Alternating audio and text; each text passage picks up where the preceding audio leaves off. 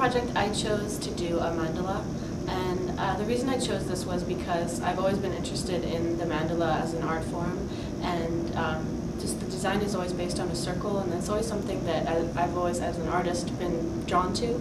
So my process, I created a mandala in the forest in a local reservation called the Middlesex Fells Reservation. First of all, I just thought about what materials would be available to me in that location, and I did some sketches of some possible designs. Then I actually went out in the forest and located a site to install my project. I gathered all the materials, and I spent several hours arranging them into the form of the mandala from the pictures that you'll see. Some of the materials that I used were rocks, sticks, different types of grasses, pine cones, leaves, and all of which were harvested from the forest floor, so nature wasn't harmed in any way during the making of my project. After I finished, I photographed it. Mandala is a Sanskrit word meaning circle.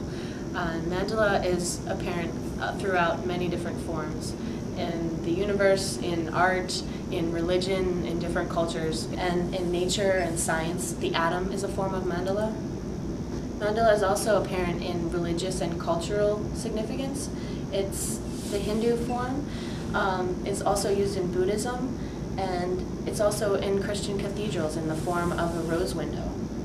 Navajo people have also created medicine wheels and sand mandalas.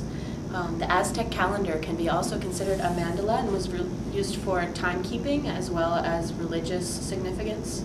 The Taoist yin-yang, another mandala, represents opposition as well as interdependence. And in Tibetan art, mandalas are a form of the graphic representation of the spiritual universe. Tibetan monks create sand mandalas to demonstrate how fragile life is, and when they are eventually swept into the water as part of their spiritual practice.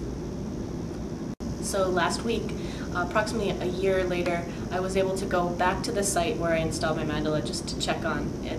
And it was mostly destroyed. Nature had washed it away, the snow had crushed it. Some of the rocks were still in place, but everything else pretty much had been reclaimed by nature.